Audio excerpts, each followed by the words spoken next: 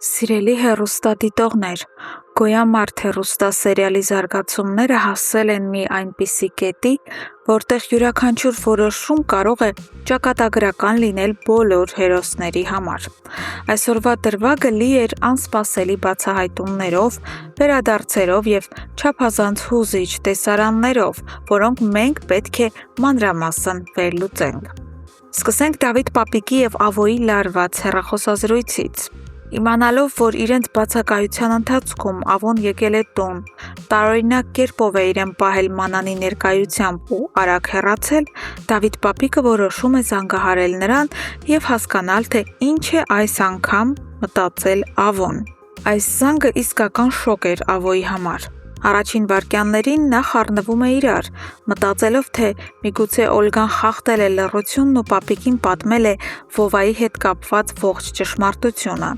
Սակայն Ավոն իրեն յուրահատուկ խորամանկությամբ և ճկունությամբ կարողանում է արագ վերլուծել իրավիճակն ու հասկանալ, որ Դավիթ պապիկն իրականում ոչինչ էլ չգիտի գլխավոր գաղտնիքի մասին։ Նա վարպետորեն փոխում է խոսակցության թեման, հերթական անգամ ջրից չոր դուրս գալով։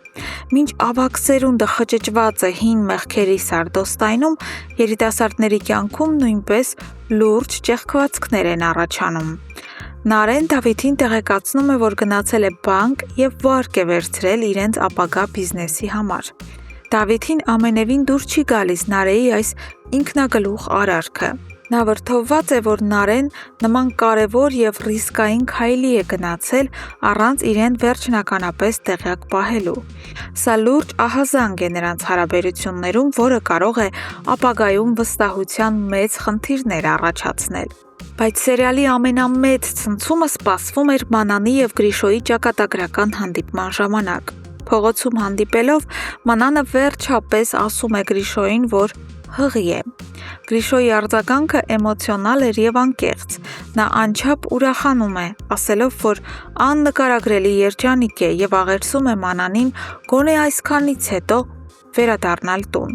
Եվ տեղի է ունենում այն, ինչին ոչ ոք չէր սպասում՝ Մանանը գնում է Գրիշոյի հետ։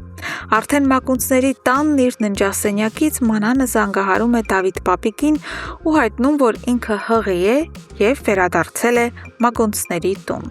Որպես արդարացում նա բերում է մի շատ ցավոտ փաստ։ Նա չի ցանկանում, որ իր երեխան էլ իր պես առանց հայր մեծանա։ Երբ Դավիթ պապիկն այս լուրը հայտնում է իր թոռներին, բոլորը միասին զարմանքից ապշած ու քարացած են մնում, չընկալելով Մանանի այս քայլը։ Այս ընդհանուր քաոսի ֆոնին զարգանում է նաև Լեայի փրկության պլանը։ Իննան գալիս է Լեայի տուն և համոզում նրան, որ միասին մեկնեն երկրից, միայն երկուսով՝ ինքը ու նա։ Իննան Լեային համոզում է, որ պարզապես ցանկանում է աջակցել նրան, տանել հեռու երկիր, որպեսզի դուստրը դուրս գա այս ծանր վիճակից։ Լեան, չկասկածելով մոր իրական պլանները, համաձայնում է։ Եվ ահա գալիս է ամենահուզիչ և վճռորոշ պահը։